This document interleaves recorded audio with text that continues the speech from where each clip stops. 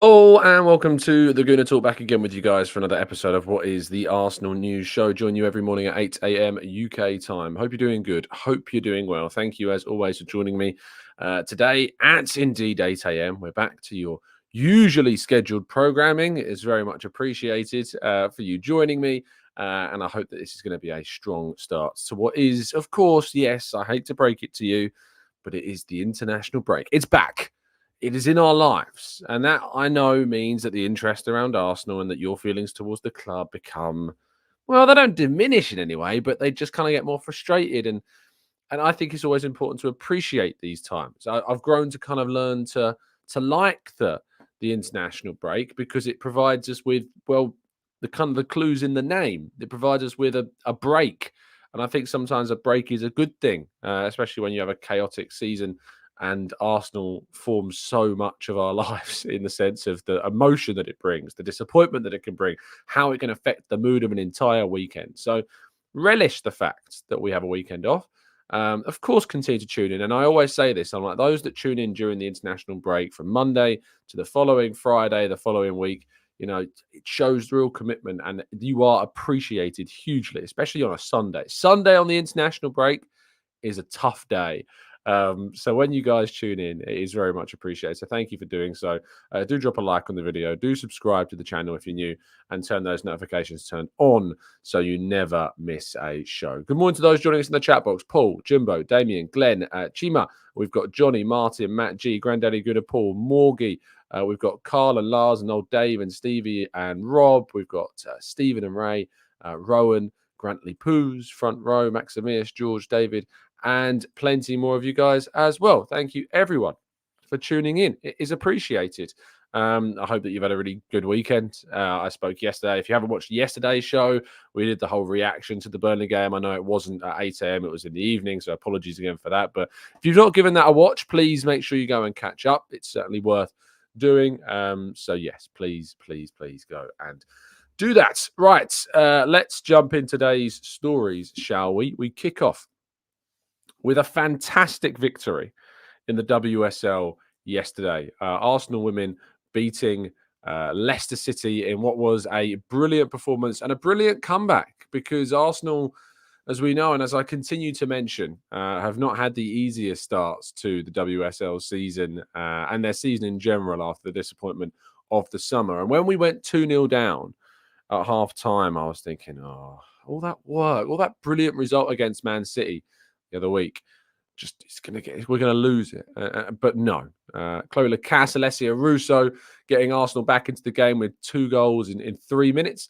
Caitlin Ford scoring a fantastic goal. Victoria Palova, who has been so sensational, and Stina Blackstenius, who I really bigged up in the last show. We talked about Genocide of our side, who has had a really good season because it's difficult not to feel for Stina because you've got Beth Mead and Viv coming back, and you've brought in Lacasse, another forward. You've brought in Russo, of course, as well. We've got Hurtig as well to give us loads of options. I mean, I'll tell you what, if Mikel Arteta's side had as many attacking options as we do in Jonas's team, I think it's an inspiration, I think, for Edu to look to what Arsenal can try and do. They've got so much attacking threat. But as Musa says, the women's team feels a little bit unbalanced because it's such a striker-heavy group. And we do need to, I think, balance things out and probably add some more depth in the defensive line. When Leah comes back, obviously, it's going to be a big benefit to us. But yeah, fingers crossed that soon. She continues to get her rehabilitation going after that serious injury, and hopefully we see her very soon. But yeah, it's some fantastic football was played. I recommend you going and catching up on the game if you've not been able to do so already. Moving forwards, Fabregas. Yes, that one. Cesc Fabregas has taken the head coaching role at Como. This is, of course, a club that he has some attachments to. I'm not sure if he has a stake in the club. I think he might do. He ended his career there, but then has gone into coaching. And of course, did some coaching at Arsenal. He was working with Jack Wilshere with the youth side as well, and now is taking on a specific show. He's taking on a club to try and obviously start and kick off this coaching career. So I'm pretty sure that that's going to be an interesting one to follow, and we'll see how he gets on in his job Yeah, Como, the Italian side, if you've ever been to Lake Como, I know it's an amazing place. So I recommend it. And Cesc Fabregas taking over is a really, really interesting appointment, I think. So it makes sense because he's got so many ties to the club. But we're gonna have to wait and see, and we'll be looking. We'll be looking specifically at that. Have I got this shirt yet? No, I haven't. There's something about blue shirts. I'm so petty, but the blue just reminds me a little bit of Cesc Fabregas in a Chelsea shirt, and I'm not sure I could do that. Santi Cazorla in a dark navy blue Real Oviedo shirt, slightly different, so I don't have that same frustration. But yeah, Chelsea blue with Cesc Fabregas' name, it haunts me still. So I won't be getting this one. Now, we need to talk about the Premier League results from the weekend. It was a stunning weekend of football, some amazing results, some fantastic games, great drama. Wolves, I mean, thank you. Just thank you. We could all send those thank you cards to Wolverhampton this weekend for their brilliant comeback against Tottenham. We talked a bit about that yesterday. Arsenal, of course, we know, beat Burnley 3-1. Everton with a fantastic result for them, 3-2 over Crystal Palace away from home. Manchester United scraping through against Luton Town. Bournemouth beating Newcastle in a big game, which then saw a viral clip of Kieran Trippier in quite a heated discussion with his own supporters at the Bournemouth ground. This is a Bournemouth side that Arsenal utterly took apart and destroyed in their 4-0 victory at the Vitality Stadium. Aston Villa continued their strong form, responding to that defeat last week against Nottingham Forest with a 3-1 win against Fulham. Brighton dropping more points, 1-1 with Sheffield United. So, apparently it's only Sheffield United that Eddie scored against with a hat-trick, but they're taking points off Brighton now. Liverpool winning 3-0. There were suggestions of a potential red card for Endo. We talked about that yesterday. I, for one, didn't think that it should have been a red card. West Ham United winning, coming back again, and beating Nottingham Forest 3-2. And then the game of the weekend, Chelsea 4, Manchester City 4, in what was obviously a very, very good game at Stamford Bridge, one which Arsenal will be very thankful for, because it looked as though Rodri had won the game by scoring that deflected strike late on, but a penalty which former Manchester City player Cole Palmer was able to brilliantly stun Ederson with a strike into the top left and take away a point from the game, and perhaps bring more context to that draw that Arsenal, of course, got at Chelsea not so long ago as well. And how does that leave the table? Well, the Premier League table is looking a lot healthier from an Arsenal perspective. I remember when we were in a situation where, had we have dropped points, we would have dropped to something like 4th or 5th in the table had Aston Villa beaten Nottingham Forest. I remember that. I remember people saying that. I mean, to be fair, had Aston Villa beaten Nottingham Forest, they'd be second right now. But they didn't. And I suppose that's the difference between big teams and the rest, is that the team that you're supposed to beat, you don't, like Wolves, for instance. But it leaves the Premier League table looking very interesting indeed. Manchester City on 28 points, Liverpool and Arsenal both on 27, Tottenham in 4th on 26, and Aston Villa in 5th on 25. It's almost like it can change at the drop of a hat. And next weekend, it is so important that Arsenal win their game against Brentford, because Liverpool play Man City and Villa play Spurs. It could be a great opportunity for Arsenal to put daylight between themselves and a number of their other teams, because at least 2 of those teams will be dropping point. At least 2. We hope that they're draws, but at least 2 of those teams. Well, we actually hope for a Villa win, I suppose, but more than anything. But yes, sorry, I suppose the game after next week, the next match week, because we've got the international break. But it's really important that in the next match week, Arsenal beat Brentford, because if we don't, we are wasting a huge opportunity to progress somewhere in the Premier League table. And, we've already got a result at Brentford, but it didn't come easy. And yes, we changed a lot of players, but hopefully we can welcome players like Martin Odegaard back to the team. Maybe Gabriel Jesus will be ready to come back to the team. I guess we'll have to wait and see. But the Premier League is looking very interesting. In the bottom half of the table, that Chelsea win means that they stay obviously in 10th. Brentford dropped to 11th place. Wolves moved up to 12th. Crystal Palace, in their defeat to Everton, moved down to 13th, and Everton moving up to 14th. Forest dropping down to 15th. Fulham also dropping down to 16th. And Bournemouth jumped out of the relegation zone after their win against Newcastle into 17th place. Luton Town on 6 points in 18th place, 3 points off of safety now. Sheffield United on 5. Burnley, who Arsenal beat, of course, sit at the bottom of the table, having lost the last 5 games on just 4 points, having won just 1 game all season. Same as Luton, same as Sheffield United. Very disappointing. I think it's probably the worst bottom 3 that we've had.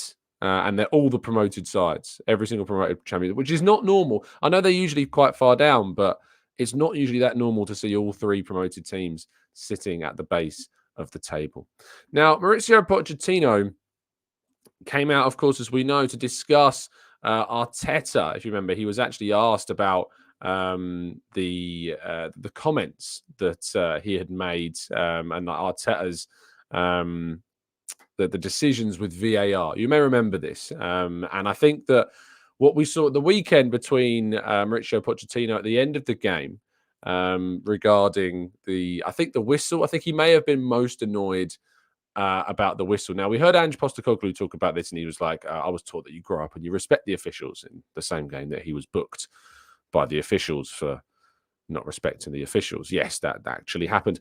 Now, Pochettino was speaking after the game, before the game this weekend, and after his game, I think in the Chelsea fixture, he says, I think we are frustrated. Okay, maybe we have a different, one win, another loss, but I agree with him. But that is football, and we wanted, and we allowed the technology to arrive, and now we cannot complain.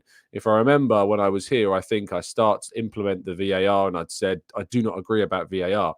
But after I support the VAR, and now we need to support, but we need to try to find the best way to use it. Always, it is difficult because we can see, or we are seeing many, things that is difficult to see and to check and to check and to check. And today, I think we play 110 or 120 minutes. That was the Spurs game.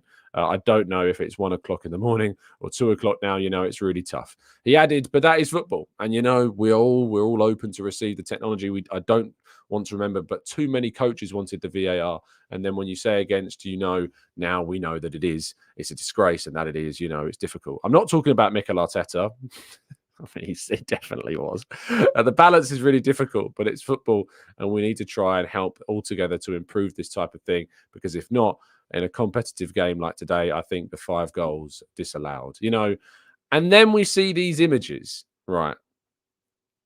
We see these images of Mauricio Pochettino approaching Anthony Taylor after the game against Man City, utterly incensed and angry.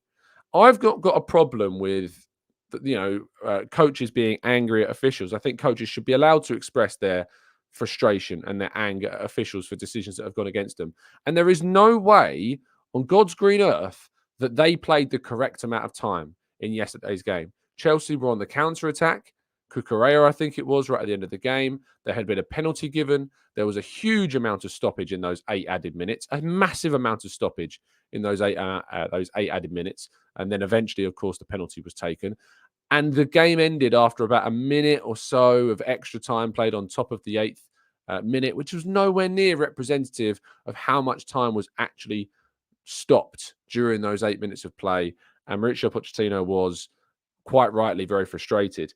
But there is hypocrisy there. You can't 1 minute turn around in a press conference and, let's be honest, he hinted towards Arteta. He says, I'm not talking about Arteta, but he so is. I know he's talking specifically about the VAR in that. And he says the words, I don't want to remember, but too many coaches wanted VAR. And then when you say against you, now we know what it is. It's a disgrace, and that is, it's difficult. I mean, he used the exact word that Arteta used. There's no way that he wasn't at least subconsciously talking about Arteta. But the hypocrisy to say all those things and then lose your head the way that he did, I just find there's some inconsistencies there. And not only that, but what was rather interesting is that we saw De Zerbi come out with some very interesting comments yesterday after Brighton's draw with Sheffield United. I mean, listen to these comments. They're absolutely mad. He says, I am honest and clear. Now, listen to those 2 words very carefully. He says, I am honest and clear. That's how he starts off, and we'll come back to that. He says, I'm honest and clear. I don't like 80% of England's referees. Asked to explain his comments, he says, it's not a new thing. I don't like them. I don't like their behaviour on the pitch. He says, I have to think only of my players. It's not my job. I accept everything. And it was a very poignant. And the reason why I'm saying to you, remember those words, is because before, I think it was before the Champions League game in Arteta's Sevilla press conference, he used those specific words again. And so it seems that managers are using these specific words. So he was asked on what he said after the game at Newcastle. Remember, I'll just read you the De Zerbi quote one more time, so in case you just missed it from me. He says, "I am honest and clear. I don't like 80% of England's referees." That's what De Zerbi said. Listen to what Arteta said ahead of the Sevilla game. He says, "It is my duty to stand in front of you, to stand in front of the cameras and give a very clear and honest assessment of what happens in the game." So that's what Arteta said before Sevilla. And then you've got De Zerbi saying, "I am honest and clear. I don't like 80% of England's referees." Coincidence? I don't think so. I don't think so at all. I think he is using, and he has listened to Arteta's words, and I think he has used that specifically to use in a comment against referees. And I don't blame De Zerbi for those comments. The same way I was very empathetic of Arteta's comments, I think maybe Arteta was a little bit exaggerative in the press conference, and I certainly am very happy to say that. But I respect the honesty, and I think when he says in his press conference, we have to be honest and clear, you got De Zerbi doing that as well. So very intriguing comments from the manager. Now, quickly before we move to part two, because this is very extended part one, a couple of transfer lines for you. According to the Mirror, Douglas Luiz will have to agitate for a move to Arsenal in January. Of course, we've said before, and we've discussed the £60 million suggested price tag of Douglas Luiz. If he wants to make that move to Arsenal, he is going to have to kick up a bit of a fuss. It seems at Villa to get that move done. There are suggestions that he's keen on moving and taking his career to another level by making a move, but to get a deal done, having just signed a brand new deal, he's going to have to kind of kick up a bit of a fuss to get that done, apparently. So that's according to the Mirror. Martin Zubimendi, another player that obviously has been talked about a lot. Fabrizio Romano says that the player is not thinking about leaving La Real yet, but has admitted that there is interest, and we've known there's been interest in the player for quite some time. It's been around for 18 months to 24 months as well. So yeah, I do think that Zubimendi as a player is obviously very talented, and if Arsenal get hold of him, it'd be an excellent kind of replacement for Thomas Partey. But I think there is also scope to suggest that maybe Declan Rice's future is more of a number 6, and Zubimendi plays not as a 6 or an 8. He is very much, for me, a number 6, a defensive midfielder, not a box-to-box midfielder, unless Arteta thinks he can change him. And so therefore, maybe Martin Zubimendi makes the most sense to play if you're going to develop Rice more so into a box-to-box type midfielder. So that's a decision that I guess has to be made depending upon who Arsenal sign. Right. Despite it being Monday and us doing a show 12 hours ago, we've managed to go for nearly 20 minutes on part one. So let's jump to part two and your questions right after this.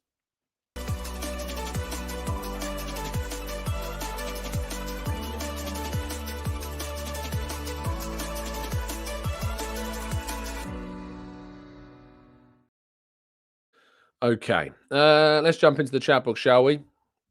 And see what questions you've got to ask me this morning, because yesterday evening, I tell you what, we had tomatoes being talked about. We had some crazy things. I'm hoping that everything's going to be okay. Cass says, Fofana for me and not Luiz. I think we should hold off until the summer. I do tend to agree. I think that Fofana is my number one pick for the player that I'd like to see come in. I've mentioned that a number of times. Louis says, should we be worried Chelsea are becoming less, well, Chelsea?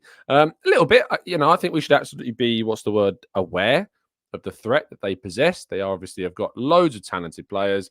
They have got, amazing wealth at their club as well that they can go and strengthen it more if they want to. But we just need to hope that they finish outside the Champions League places again. We really need them to not be in the Champions League next season for the financial side of things to catch up with them and to not benefit from that tournament. So let's hope that this result against City and the result against Spurs is not a sign of things changing too dramatically, and we can hope that maybe we'll see them still collapse and have some very, very difficult games. Tulip says, do you think that we can sign 2 minimum in January? If yes, who for me would it be? Fofana and oh no. Now, there's a funny part to this question that Tulip has absolutely no idea what he's just done to me. But when he says Coop, he's talking about a Dutch player that currently plays for Atalanta. Now, I met a very nice guy at the Tollington who told me that my pronunciations for this player have been incredibly wrong. And you know what the horrible thing is that I can't remember what he said in regards to how it's pronounced. So butcher me in the comments all you like. But Tulip's question is, here we go. I love that you guys are just throwing his name into the chat box as if that helps me pronunciate. I can't even say that word. Pronounce is correctly. Anyway, Tulip's question is, do you think we can sign 2 minimum in January? If yes, who? For me, it will be Fofana and Cup Miners. I don't know if that's right, but that's what I'm going with. I'm going to go Cup Miners. I might be very, very wrong, but there you go. Some people say Coop Miners. I've gone with Cup Miners. I don't know. Deary me. I think do I think we can get 2 minimum in January? Well, I think that there is scope for it, but Arsenal would have to sell for that to happen. We'd have to make money in the market. I think minimum, hopefully 1. And I say hopefully 1. It's not a guarantee of 1. But the idea of saying minimum 2, I'm very, very skeptical of the idea of that.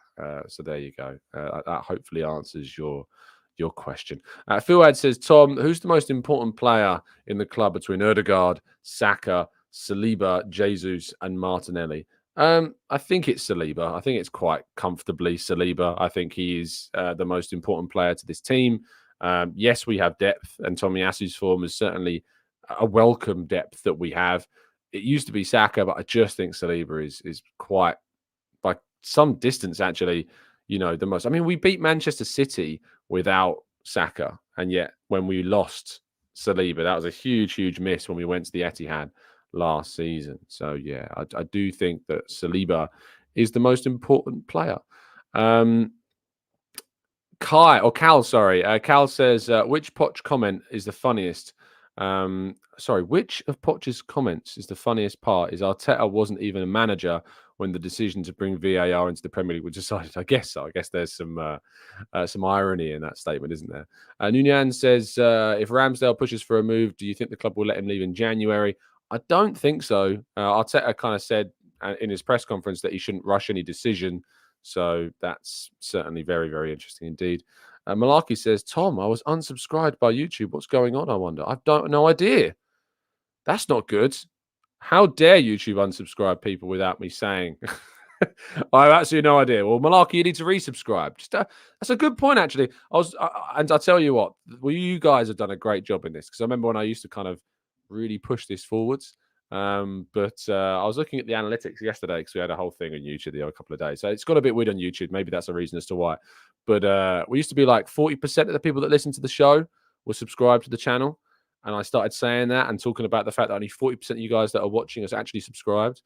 It's now 60%, which is great. I love that 60% of the people that are watching the shows are subscribed. I think we can get that higher, though, surely.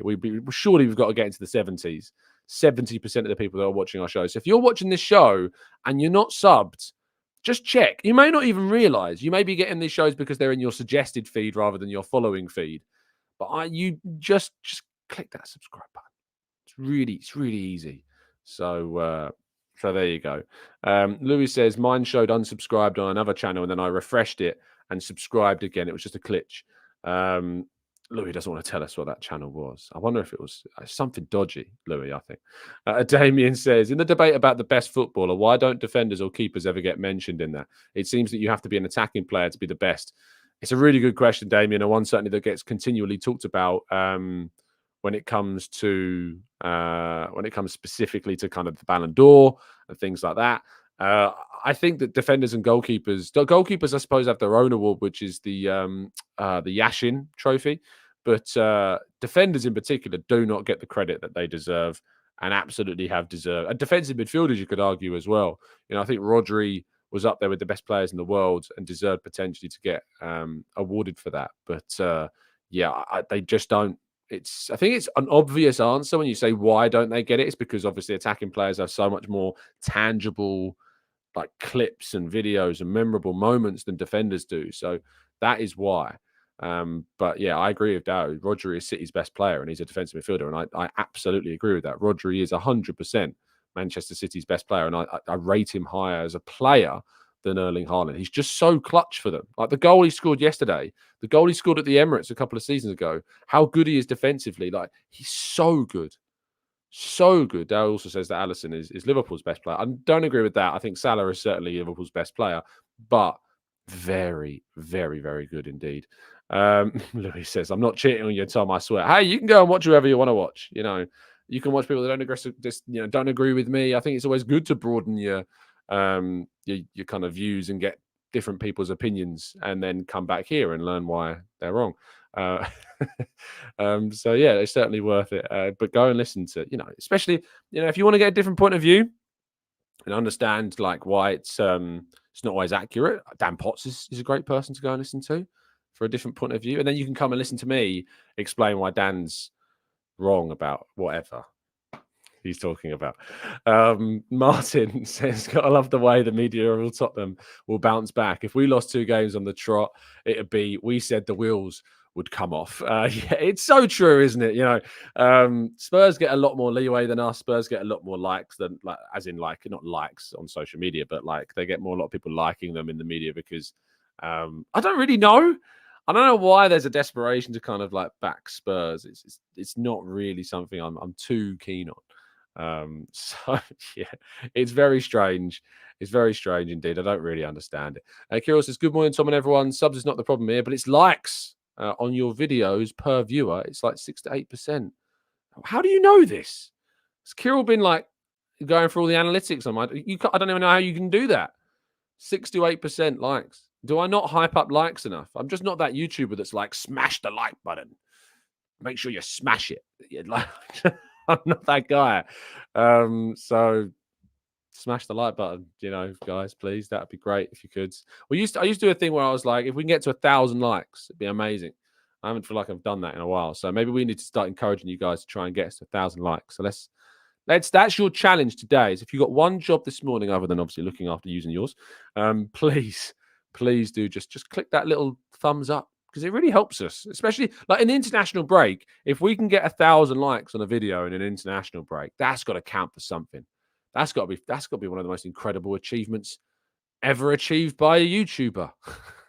I mean, I don't think it's ever happened. I don't think you'll find a single video uploaded by a single creator at all during this international break that is 1,000. I think it's never been done. Even Casey Neistat, I don't think has been able to do it with like 6 million or 10 million subs or whatever it is. So if we can get 1,000 on this video, shows the power of the Arsenal fan base. So let's see if we can get this video to 1,000 during an international. What would be an amazing is we can get every show to 1,000. I don't think that's realistic, and we're always about realism here. But let's see if we can get to 1,000 in today's show. Rob says it's tricky to get to 1,000 when we haven't got 1,000 watching right now. But you're forgetting out the people on catch up, Rob. There's people that listen to this on catch up, mate. And so that's the difference, is that if we can get people that watch the show later, because our good friends over in the US and in South America, and those that are maybe in Australia right now and are sleeping or have woken up and are still a little bit tired and haven't realized that there's a like button that exists. It's about everybody, Rob. It's a team effort. It's a team effort. So let's see if we can do that. But there is nearly 900 of you here watching. So if you haven't dropped a like on the video yet, please make sure you do that. I think that's the most I've ever pushed for a like in a video. So there you go. I've gone full YouTuber at this stage. Fuad says, Tom, I know you're not a finance guy, but does the FFP situation we have going on carry into next summer's transfer window, and we won't be able to spend big until we sell important players? I'd be lying if I said that I'm an expert in this field, and I'm not. And you've just started off your question by saying, I know you're not a finance guy. So I think it's always important to say that. I think that it's obviously not going to be as impactful as it was at the end of last window, because it is a year-by-year thing. January is obviously included in that financial year, so that's obviously affected by the summer and then into January. But the summer should be more free, if you like. So yeah, let's wait and see what happens. But I, for one, think that the FFP situation is a little bit understated, and that people aren't necessarily as empathetic to that, because they think, we're Arsenal Football Club, we competed for titles, we've got loads of money, we've spent loads of money, why can't we spend more money? And I don't think they're really necessarily understanding. Magambo, it's a great example here. FFP is a joke, and you have to break FFP if you're going to win. And the Champions League without breaking FFP. So no, you don't have to do that, and you may end up very much regretting breaking FFP regulations down the line, and then you'll be like, "Well, why did we do that? Why did Arteta do that? Why did Edu do that? You know, get them out of the club. They can't do this. It's ridiculous." So yeah, just be careful when doing that because it's very, very difficult. Darren says some reports are saying that 4 players will have to be offloaded just to get Tony. And I mean, who are those 4 players going to be? I don't think there's a group of 4 players that it's worth getting rid of to get Tony. I really don't think that there is. Stephen says, can we talk about Havertz? I was willing to give him my full support, but 12 games in, I'm starting to think that he has been a bit of a flop. How long will Arteta persist with him if he doesn't improve? I guess we'll find out is the answer because yes, we've had some encouraging moments. I thought he was good against Sevilla. I thought he was good at Newcastle. So we've had some encouraging signs, but he wasn't great against Burnley. It really wasn't. It really was not in the game in the same way that he was in the last 2 fixtures. So that was really disappointing, I thought. And that's probably why he was brought off fairly early in the first half. I don't think there was any questions about fitness issue with Havertz. I don't know. Maybe I missed that. But he was brought off pretty early in the first half. So in the second half, sorry. So I thought that was maybe something that wasn't necessarily touched upon by many. Maximir says, hi, Tom. Should be worried about the lack of creativity in our team. Without Odegaard, we find it tough to create chances. Even against Burnley, we had to depend on 2 corners for our goals. Let's have a look, shall we, at Arsenal's last number of fixtures for chance creation. I suppose, have I got Scout access on this laptop? It's on my other laptop, so it's like, it's going to be really annoying if I can't access it. But if we have a look at chance creation. Oh, we're logging in. Oh, we might actually have it. That's a good sign. Just because I'm curious to see kind of like, since Odegaard's been out of the team, have we drastically created less chances than previously? Do we have a metric for that? I suppose shots, isn't it? Shots is probably the best way of looking at it. So let's get rid of show opponents and zoom out a little bit. Right. So against Burnley, we had 14 shots. Against Sevilla, 11. Against Newcastle, 13. Against West Ham, 13, of which one of those, of course, was Odegaard's goal. Against Sheffield United, Odegaard wasn't in that game. It was 13. Sevilla in the Champions League. Did we have Odegaard for that one? Oh, why has it done that?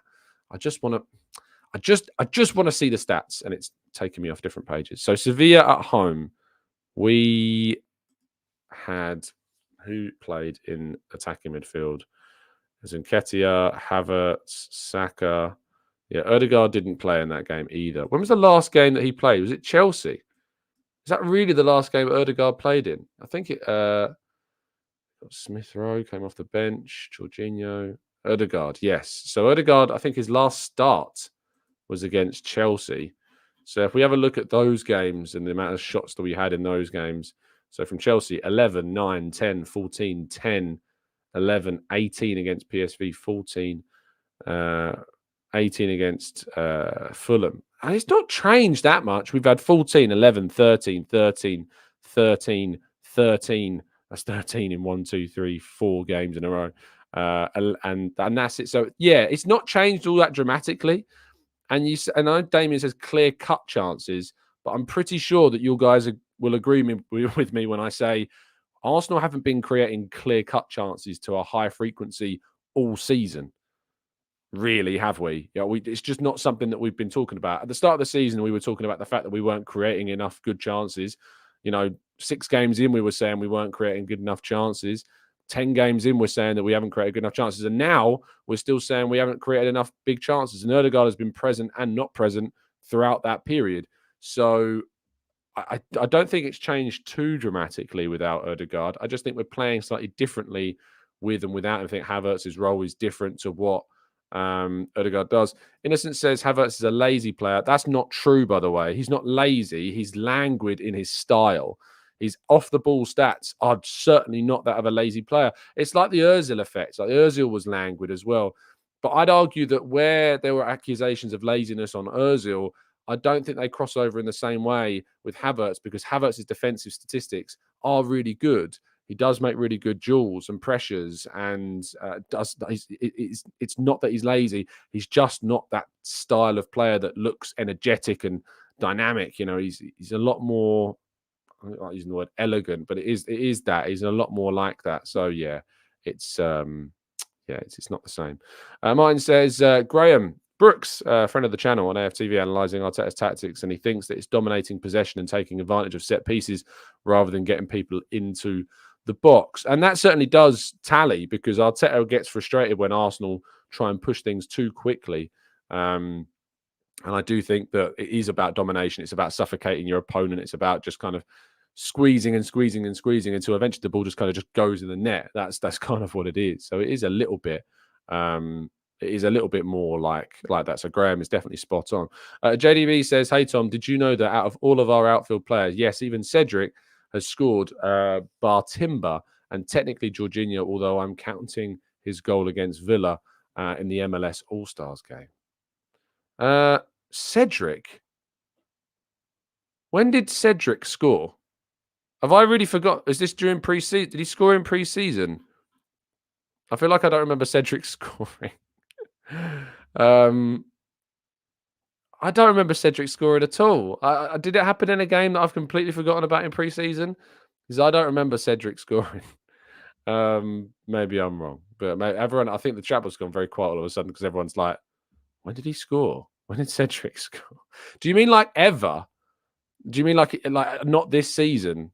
I mean, every player in the team has scored. Like we haven't got a player that's scored that's never scored for Arsenal. Is that what you mean? If that's what you mean, then fair enough. But I thought you meant I was thinking like this season. He's definitely not scored this season.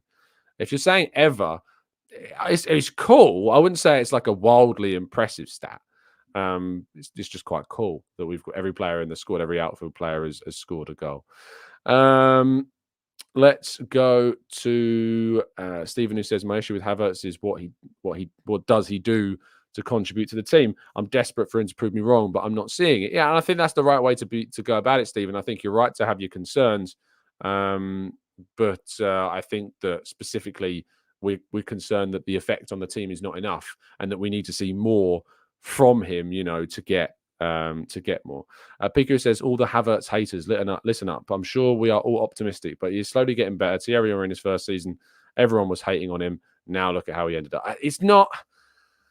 Look, I don't think it's fair to call everybody who has concerns about Havertz a Havertz hater. I don't think that's fair. I think Havertz haters exist, but I think people with concerns about Havertz, there's nothing wrong with that.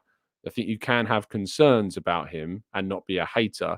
And also the comparison to Thierry Henry is not the same because Thierry Henry, I think, scored after what was it? Is it eight league games it took for him to score his first goal? Something close to that, and then was fine. So I don't think it's the same.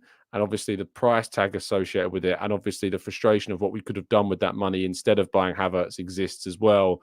And that's obviously a fair frustration to have. So it's like temper the Havertz haters talk and be empathetic to people that have their concerns.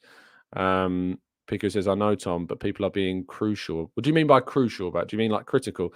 I think you're allowed to be critical of players. I never, ever ban anyone from criticizing anyone they want to if they can back it up. And I think that people can back up criticisms of Havertz. So it'd be wrong to say that people can't, criticize, Havertz, because I think that there has been reason to do so. But at the same time, those people should be wanting him to succeed. If you don't want him to succeed so that he leaves, that's not being a fan, is it? It's just not very supportive. It's not the definition of what a supporter is. But I think most people want to see him succeed. I think most people want to be proven wrong by Havertz because it will be for the benefit of Arsenal. So that's something worth thinking about. Sabre says, I do think people are being overly critical. Again, that's fair. I think people are. I think some people are being overcritical of Havertz. But but people still can be allowed to be critical. It's when you start policing the ability to criticize when it can be backed up. I'm very much on the thread of like, I find it mad when Arteta's criticised in certain seasons, like this season, and people go to the level of saying that like he should go, or they still can't see why we've got him, and I'm like, that's mad because it can't be backed up. Like there is no argument for that at all. Whereas for Havertz, there is arguments that criticize him that are fair. And so for that reason, it's just you can't have it both ways. If you do, you're going to end up contradicting yourself. Sorry, I'm struggling with a lack of hydration this morning.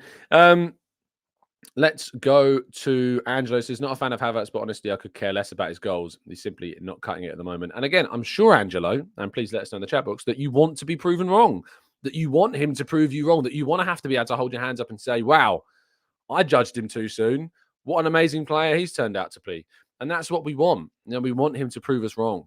And we hope that he does. He's slowly, as Arsenal Adventure says, he's slowly improving, but he needs to step up more games this season and go on with more of those harder fixtures after the break. And you're right, he does. But we need to see more. We absolutely need to see more players, more top performances from players like Havertz. And I really, really hope that we do end up seeing that. We are going to end the show there. Thank you so much, guys, for tuning in. Thank you so much for listening. Let's see if we can hit that 1,000 like target. That'd be great to be jumping on tomorrow morning and say that we've done that. So if you haven't dropped a like on the video, there's 883 of you watching on YouTube right now. And there is just under half of that have liked the video. So half of you haven't done it yet. So come on, guys, show the support. We do these shows every morning, nearly 8 a.m. A lot of effort, a lot of dedication and work goes into these shows. So if you could show your appreciation, I really would appreciate you. So thank you for that. I'll be back tomorrow, of course, with another video at 8 a.m. talking about more Arsenal news. I'm sure it's going to get pretty transfer heavy during this international break. So watch out for those links coming up, because this is the last international break before, of course, the end of the year, and of course, before the January transfer window. So expect some more transfer stuff.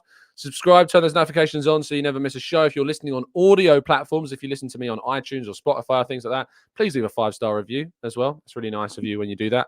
And on iTunes, you can actually leave like a written review. And some of you have written some really, really nice things, which I do appreciate as well. So thank you for that. I will see you on the next one. Have a fantastic start to your weeks.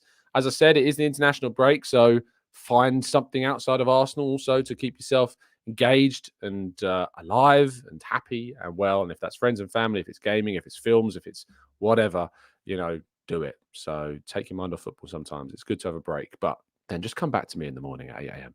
Have a great day, guys. Stay safe, stay well, and as always, up the Arsenal.